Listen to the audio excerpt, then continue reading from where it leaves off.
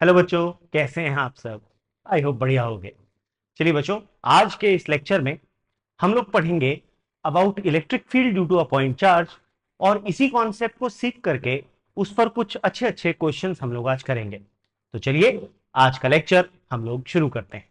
बच्चों, electric field के बारे में मैंने आपको प्रीवियस वीडियोस में सिखाया था कि इलेक्ट्रिक फील्ड क्या होती है और इलेक्ट्रिक फील्ड को कैसे कैलकुलेट किया जाता है और उसका फिजिकल सिग्निफिकेंस क्या था। और इसके ऊपर हमने कुछ लाजवाब न्यूमेरिकल्स भी देखे थे। और अगर आपने वो लेक्चर्स नहीं देखे हैं, मेरे प्रीवियस वीडियोस नहीं देखे हैं, तो एक बार जाकर के उन्हें देख लीजिए। अगर आप इस चैनल पर नए हैं तो प्लीज इस चैनल को सब्सक्राइब कर लीजिए। तो चलिए स्टार्ट करते हैं। आज हम लोग पढ़ेंगे बच्चों electric field due to a point charge. एक पॉइंट चार्ज की इलेक्ट्रिक फील्ड को कैसे कैलकुलेट किया जाता है, आज हम लोग ये समझेंगे। अब अगर हम एक पॉइंट चार्ज की इलेक्ट्रिक फील्ड की बात करते हैं, तो पॉइंट चार्ज की जो इलेक्ट्रिक फील्ड का फॉर्मूला निकल करके आता है, वो फॉर्मूला बड़ा सिंपल है। इसको हम डिराइव भी करेंगे। वो फॉर्मूला है E equals to 1/4 pi epsilon not Q upon R square. तो यहां से ये चीज तो हमें समझ में आती है कि इलेक्ट्रिक फील्ड पॉइंट चार्ज की जो है वो डायरेक्टली प्रोपोर्शनल होती है मैग्नीट्यूड ऑफ चार्ज के। और जो इलेक्ट्रिक फील्ड है वो इनवर्स स्क्वायर लॉ फॉलो करती है। अगर आप याद करो, ये जो 1/r² वाला वेरिएशन है बच्चों, ये इनवर्स स्क्वायर लॉ कहलाता है ना, ये हमने पढ़ा था। तो यहां पर इलेक्ट्रिक फील्ड पॉइंट चार्ज की जो है वो इनवर्स स्क्वायर लॉ फॉलो करती है। और हमें ये बात पता है, इनवर्स स्क्वायर लॉ जो है वो एक स्फेरिकली सिमेट्रिक फील्ड बनाता है। तो जब भी इनवर्स स्क्वायर लॉ ओबे होता है, तो जो फील्ड की सिमेट्री आती है वो स्फेरिकली सिमेट्रिक आती है, जिसकी वजह से एक पॉइंट चार्ज की अगर हम इलेक्ट्रिक फील्ड को देखें तो वो radially outwards along the radius जाता है। तो अगर आप चार्ज से बराबर दूरी पर लेकर के किसी भी पॉइंट पर मैग्नीट्यूड निकालेंगे, उसकी वैल्यू बराबर आएगी। तो एक्चुअली में locus of all points equidistant from a given point in space हमें एक स्फेयर देता है। तो एक पॉइंट चार्ज की जो इलेक्ट्रिक फील्ड होती है वो स्फेरिकली सिमेट्रिक आती है। जो इसकी सिमेट्री निकल करके आती है, पॉइंट चार्ज की electric field is spherically symmetric. ये बात आपको याद रखनी है, ठीक है। आगे गॉसियन सरफेस समझने में काम आएगा। अब क्योंकि electric field lines positive charge से अवे होती हैं और नेगेटिव चार्ज की तरफ होती है, तो इसीलिए एक पॉजिटिव पॉइंट चार्ज के लिए electric field lines radially outward निकलती हैं और एक नेगेटिव पॉइंट चार्ज के लिए electric field lines are radially inward. ये तो हमने देखा इलेक्ट्रिक फील्ड डायग्राम इसका कैसा होता है। आइए अब हम इस इलेक्ट्रिक फील्ड को कैलकुलेट भी कर लेते हैं। तो यहां पर हमने कंसिडर किया ये एक पॉजिटिव चार्ज है जिसको हम बोलते हैं कैपिटल क्यू। इस कैपिटल क्यू से कुछ दूरी पर, कितनी दूरी पर, ये इस पॉइंट पी पर, ये जो पॉइंट पी है जिसका डिस्टेंस इस चार्ज से आर है, इस दूरी पर मैं एक दूसरा चार्ज रख देता हूं प्लस क्यू नॉट। अब मुझे पता है ये भी पॉजिटिव है और ये भी पॉजिटिव है, तो जो लाइक चार्जेस होते हैं बच्चों, they always repel each other, जिसकी वजह से इस क्यू नॉट के ऊपर एक फोर्स ऑफ रिपल्शन लगेगी। इस फोर्स ऑफ रिपल्शन को बोलते हैं एफ। अब इसकी वैल्यू हम निकाल सकते हैं बाय यूजिंग कूलम्स लॉ। तो अगर मैं कूलम्स लॉ का इस्तेमाल करूं, यूजिंग कूलम्स लॉ,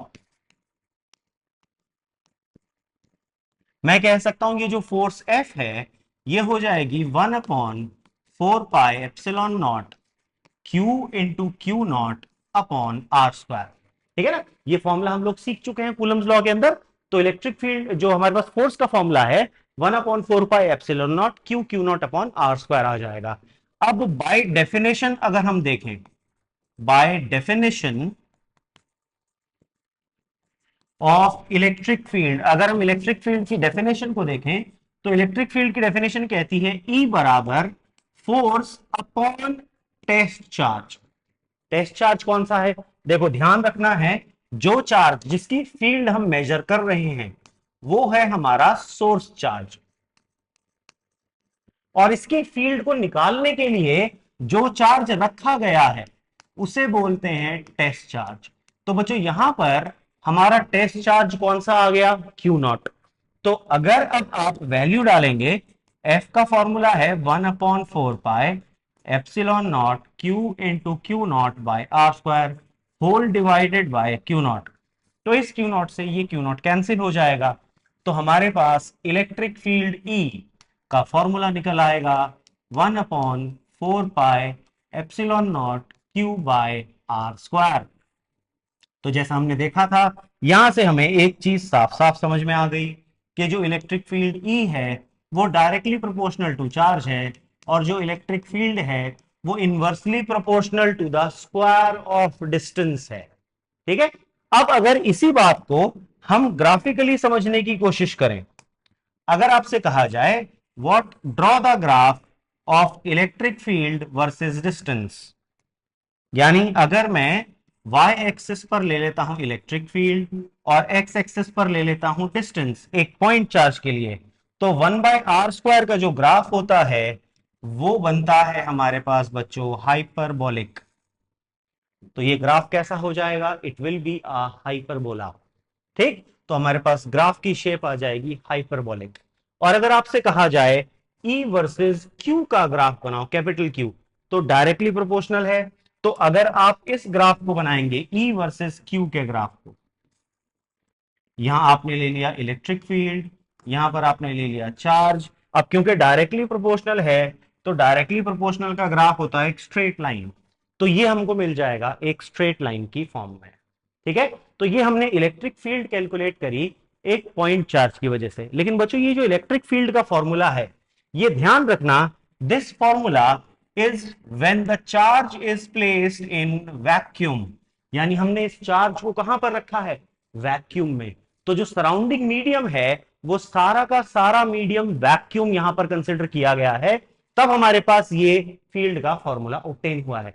लेकिन अगर हम इस चार्ज को कहां पर रख दें वैक्यूम की जगह, अगर हम इसको किसी मीडियम में रख दें, अगर हम इसको मीडियम में रख दें, तो समझते हैं, देखिए कैसे लिया जाएगा इसको। अगर हम इसको मीडियम में रख देते हैं तो हम कह सकते हैं व्हेन द चार्ज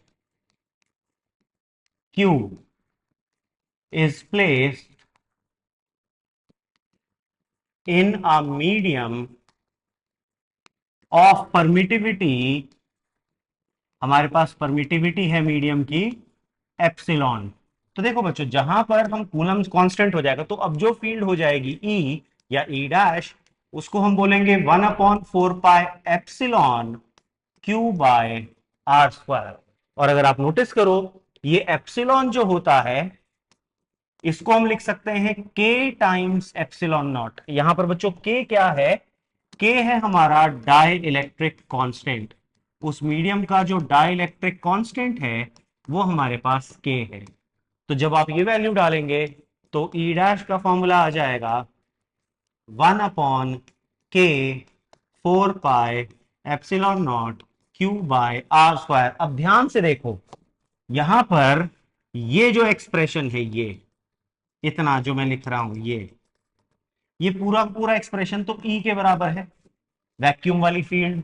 तो मैं कह सकता हूं field in medium equals to E/K, यानी फील्ड कितनी हो जाती है? 1/K times. अब क्योंकि K की वैल्यू हमेशा 1 से ज्यादा होती है, since dielectric constant K is always greater than 1, तो हम कह सकते हैं ये जो फील्ड है E डैश, ये आपकी इनिशियल फील्ड E से हमेशा कम होगी। इसका मतलब मैं अगर सेम चार्ज को एक दूसरे मीडियम में रख देता हूं तो उसकी फील्ड कितनी हो जाएगी? उसकी फील्ड रिड्यूस हो जाएगी। और रिड्यूस होकर कितनी हो जाएगी बच्चों? रिड्यूस होकर के वो हो जाएगी 1/K times. it will get reduced to 1/K times the original value। तो ओरिजिनल वैल्यू से 1/K टाइम्स हमारी फील्ड घट जाएगी। आई होप सबको ये बात समझ में आई है, सोनो? ठीक है, तो ये थी electric field due to a point charge. चलिए आगे चलते हैं। अब बात करते हैं सुपरपोजिशन ऑफ फील्ड्स की। जैसे हमने सुपरपोजिशन ऑफ फोर्सेस पढ़ा था प्रीवियस लेक्चर में, अगर हमारे पास ढेर सारे चार्जेस होते हैं और उनकी वजह से आपको किसी एक चार्ज पर फोर्स निकालनी होती थी, तो हम क्या करते थे? क्योंकि फोर्स एक वेक्टर क्वांटिटी है, तो हम उन सारी फोर्सेस का कैसा सम करते थे बच्चों? Vector sum. ठीक इसी तरीके से अब क्योंकि इलेक्ट्रिक फील्ड भी एक वेक्टर क्वांटिटी है, तो मैं मान लेता हूं यहां मेरे पास रखा है एक चार्ज Q1, यहां मेरे पास रखा है एक दूसरा चार्ज Q2 और यहां मेरे पास रखा है एक तीसरा चार्ज Q3। ठीक, हम इन तीनों की वजह से एक कॉमन पॉइंट P पर फील्ड निकालना चाहते हैं। तो ये है हमारा कॉमन पॉइंट P, जहां पर हम इलेक्ट्रिक फील्ड निकालना चाहते हैं। चार्ज Q1 का डिस्टेंस है R1, चार्ज Q2 का डिस्टेंस है R2 और चार्ज Q3 का डिस्टेंस पॉइंट P से है R3। अब हमें पता है क्योंकि तीनों हमने पॉजिटिव लिए हैं, तो Q1 अपनी फील्ड बनाएगा E1, Q2 अपनी फील्ड बनाएगा E2। सबकी फील्ड डायरेक्टेड अवे होगी क्योंकि हमने चार्जेस लिए हैं पॉजिटिव। Q3 भी अपनी फील्ड बनाएगा E3। अब अगर मैं आपसे पूछूं what is the net electric field, तो जब आपसे नेट फील्ड की बात करी जाएगी, पहले field at P due to Q1, field at P due to charge Q1। तो अगर आप उस E1 की वैल्यू देखें, ये आ जाएगी 1/4 pi epsilon not Q1 upon R1 का स्क्वायर। इसी तरीके से field at P due to Q2, तो आप लिखेंगे E2 equals to 1/4 pi epsilon not Q2 upon R2 का स्क्वायर।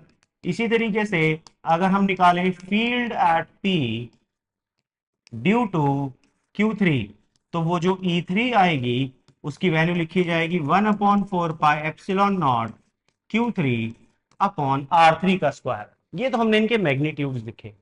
अब अगर हम इनको शो करना चाहें वेक्टर फॉर्म में, तो यहां पर आप वेक्टर लगाओगे, तो यहां पर तो सिर्फ मैग्नीट्यूड है, तो उसके लिए आप यूनिट वेक्टर्स का इस्तेमाल कर सकते हो। हम मान लेते हैं इस डायरेक्शन का यूनिट वेक्टर है R2 कैप, इस डायरेक्शन का यूनिट वेक्टर है R3 कैप और इस डायरेक्शन का यूनिट वेक्टर है R1 कैप। तो बच्चों यहां पर आप यही डायरेक्शन लिख सकते हैं, आप लिख सकते हैं R1 कैप, R2 कैप और R3 कैप। ठीक है। अब क्योंकि फील्ड एक वेक्टर क्वांटिटी है, तो अगर आपको नेट इलेक्ट्रिक फील्ड निकालनी है, net electric field at P, तो वो जो नेट फील्ड E आएगी वो E1 वेक्टर, E2 वेक्टर और E3 वेक्टर का हो जाएगी सम। तो इसी कॉन्सेप्ट को हम बोलते हैं प्रिंसिपल ऑफ सुपरपोजिशन। यानी अगर किसी पॉइंट के आसपास बहुत सारे चार्जेस हैं, तो आपको टोटल फील्ड निकालनी हो अगर, तो उन सारे चार्जेस की जो इंडिविजुअल फील्ड्स आएंगी, उन फील्ड्स का कौन सा सम करेंगे हम लोग, वेक्टर सम। इसी तरीके से अगर आपके पास n चार्ज हो जाए बच्चों, तो उन n चार्जेस के लिए फील्ड्स को आप कहां तक ले जाएंगे, ऐड करते जाएंगे up till field due to n charge. I hope सबको यहां तक समझ में आ गया। ये था principle of superposition of fields. ठीक, चलिए अब ये हमने कॉन्सेप्ट तो सीख लिया, लेकिन कोई भी कॉन्सेप्ट अच्छे से तब क्लियर होता है जब उस पर कोई क्वेश्चन किया जाए। तो आइए इसी कॉन्सेप्ट पर देखते हैं कुछ अच्छे से क्वेश्चन। क्वेश्चन है 2 point charges +5 × 10⁻⁹ coulomb and +20 × 10⁻⁹ coulomb are separated by a distance of 2 metre. एक पॉजिटिव चार्ज है और दूसरा भी पॉजिटिव चार्ज है।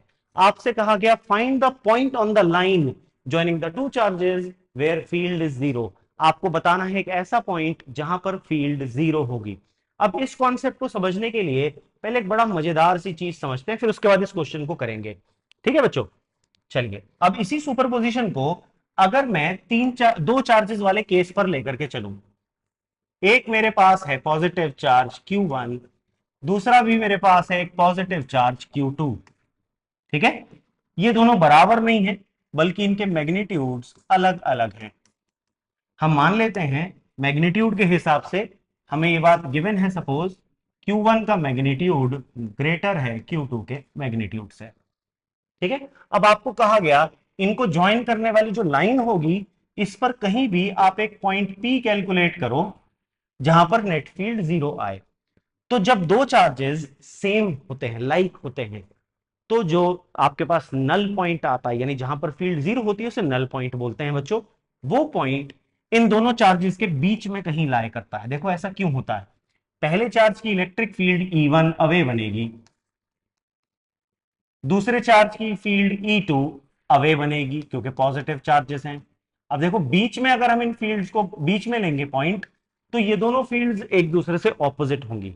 और हमें पता है नेट फील्ड जीरो लाने के लिए वेक्टर्स में सब्ट्रैक्शन होना चाहिए, तभी रिजल्टेंट जीरो ला सकते हो। दो वेक्टर्स को ऐड करने पर आंसर जीरो नहीं आता, ठीक है ना? तो यहां पर अगर चार्जेस लाइक होंगे, तो जो पॉइंट है वो बीच में कहीं ना कहीं लाई करेगा। ये जो नल पॉइंट है, ये हमेशा वीकर चार्ज के पास लाई करेगा। अब देखो वीकर चार्ज कौन सा है?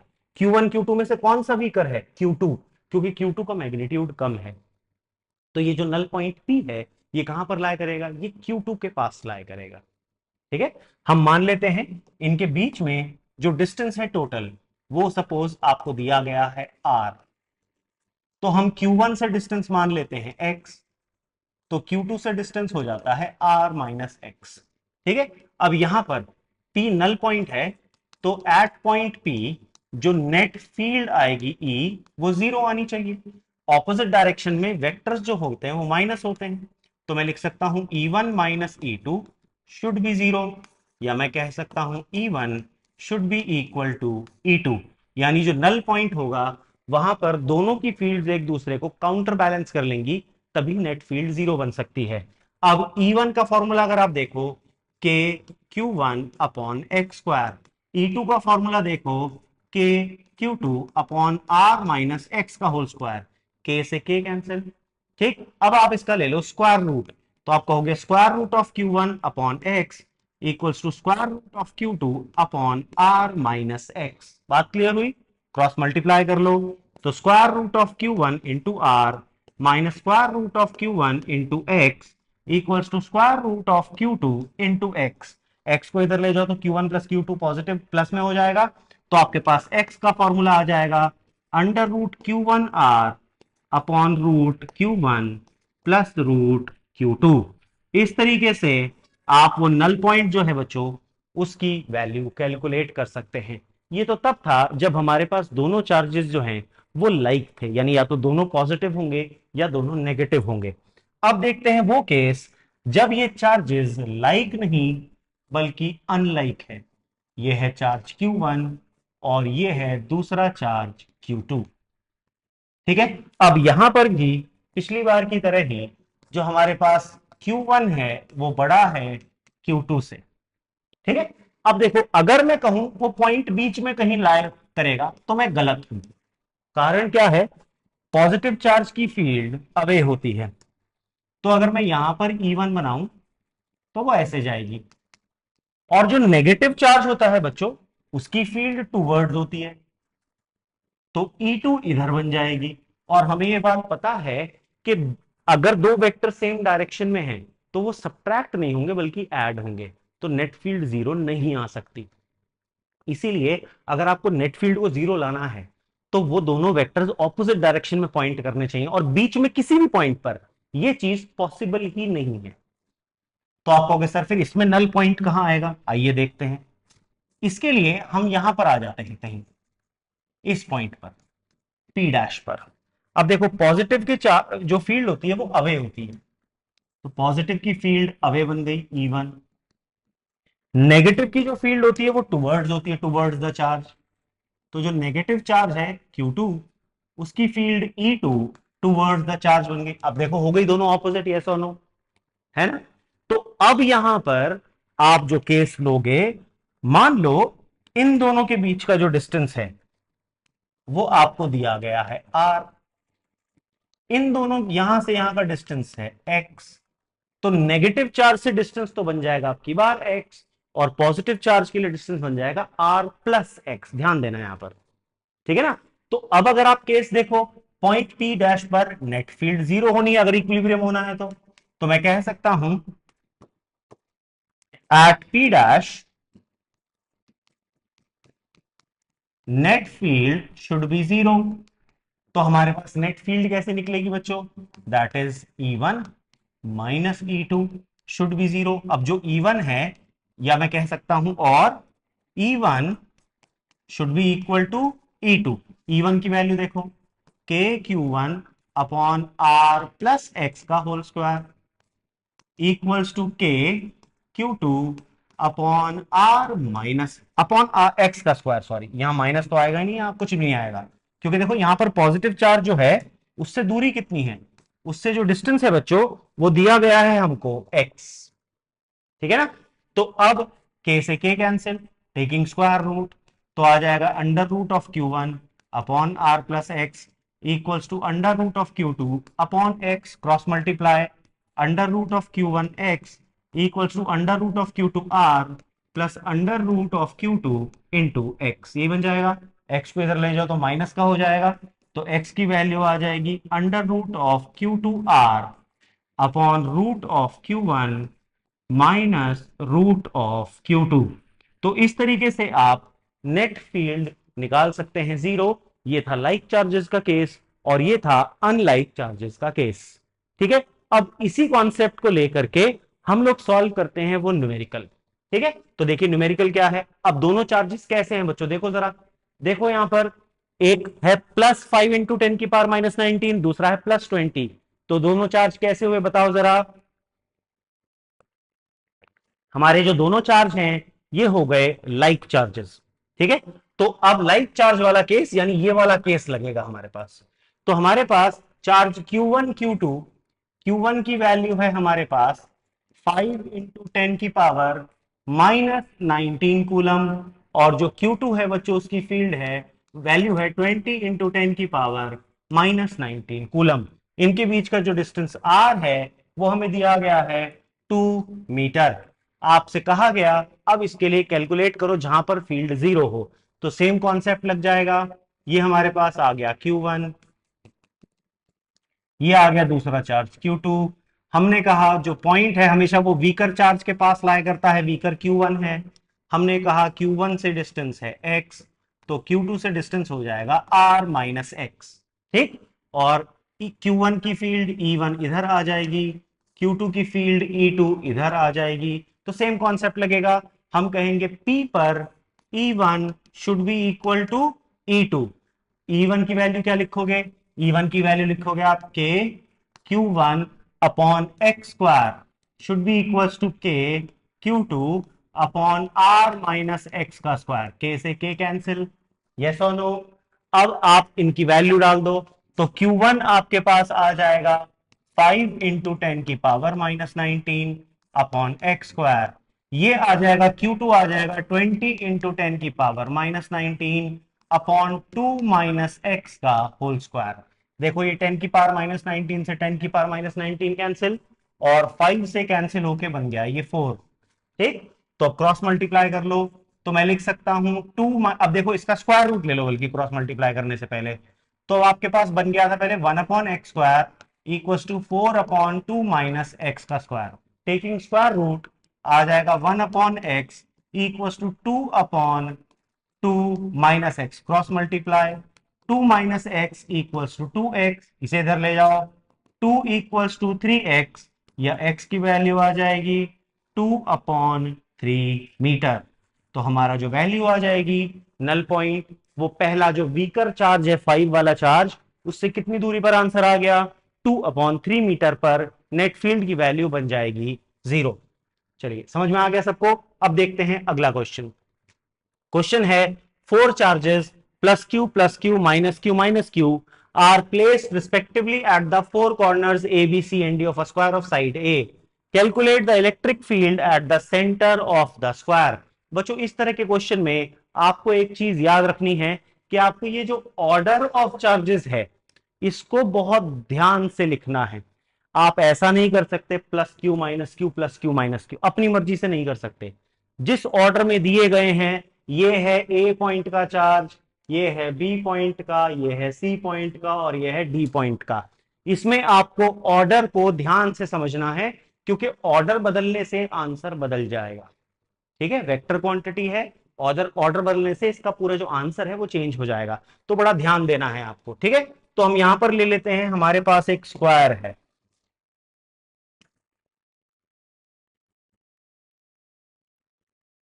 ये हमारे पास एक स्क्वायर है, ठीक। हमको सेंटर पर फील्ड निकालनी है इनकी वजह से, तो चार्जेस रख लेते हैं। देखिए पहले है प्लस क्यू फिर minus Q and minus Q. तो ये हो गया ए का प्लस क्यू, बी का भी प्लस क्यू, सी का हुआ माइनस क्यू और डी का भी हुआ माइनस क्यू। ठीक है, इन पॉइंट को भी नाम दे देते हैं। इसको बोलते हैं ए, इसको बोलते हैं बी, इसको बोलते हैं सी और इसे बोलते हैं डी। और ये जो हमारा सेंटर है, लेट्स कॉल इट एज ओ। बात समझ में आ गई?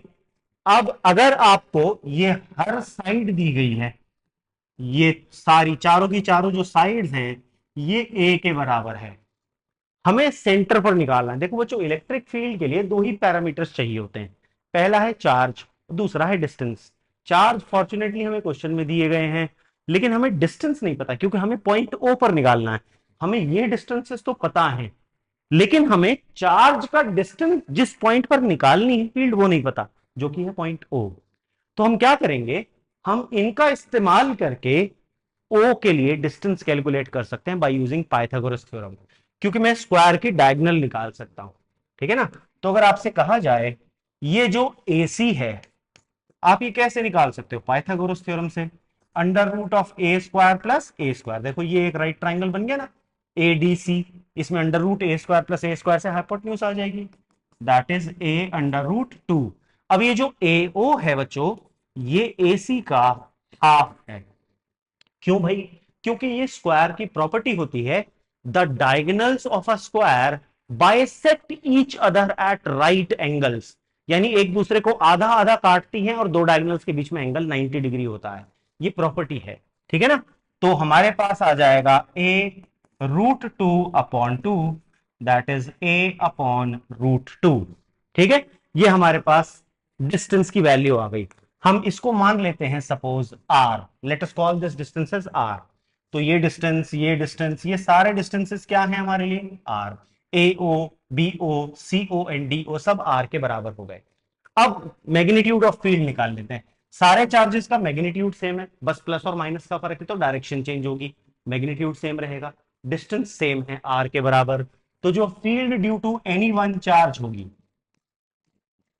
Field due to any one charge, कोई से भी एक चार्ज की वजह से जो फील्ड है उसको हम E नाम देते हैं, वो आ जाएगा के क्यू अपॉन आर का स्क्वायर। आर कितना है? ए अपॉन रूट 2, तो 2 के क्यू अपॉन ए स्क्वायर।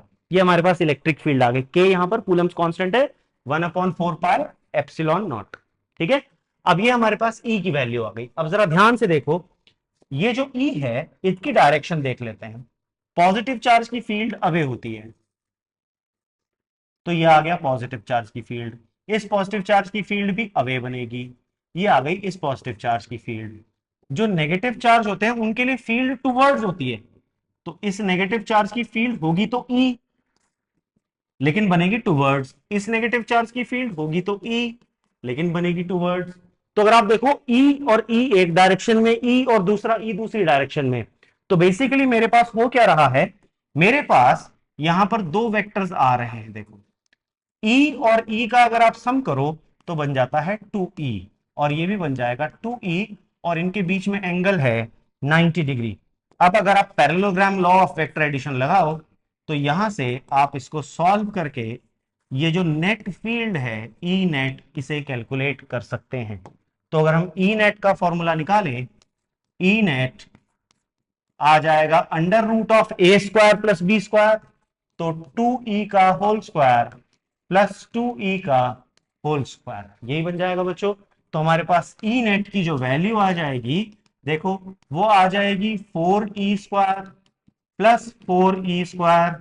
तो जो ई नेट है वो आ जाएगा under root of 8E square.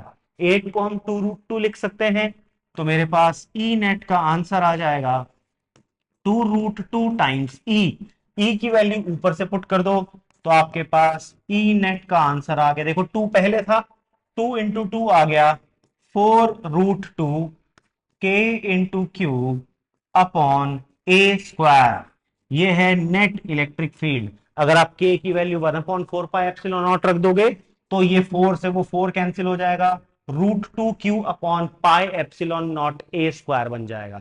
अगर आप उसकी वैल्यू डाल देते हो तो इसका फॉर्मूला ये भी बन जाता है, ई नेट, 4 से 4 कैंसिल हो जाएगा, आपके पास आ जाएगा √2q/पाई epsilon not a square.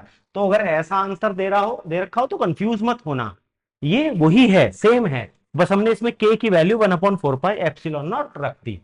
I hope आपको ये बात समझ में आई है बच्चों, यस और नो, है ना? अगर आपको मेरा पढ़ाया समझ में आ रहा है बच्चों, तो प्लीज इस चैनल को सब्सक्राइब कर लीजिए। आप मुझे फॉलो कर सकते हैं इंस्टाग्राम के ऊपर, और मेरा एक अच्छा सा प्यारा सा टेलीग्राम चैनल है, इस क्यूआर कोड को आप स्कैन करके उसका हिस्सा बन सकते हैं। ऐसा करने पर आपको बहुत अच्छे अच्छे डीपीपी क्वेश्चंस अवेलेबल होंगे, स्टडी करने के लिए मटेरियल मिलेगा, ताकि आप बढ़िया से अच्छे से जमकर फिजिक्स की तैयारी कर पाए। आई होप आपको मजा आ रहा होगा। प्लीज अपने एक्सपीरियंस को नीचे कमेंट बॉक्स में जरूर शेयर करें। मिलते हैं हमारी नेक्स्ट वीडियो में, तब तक के लिए जय हिंद।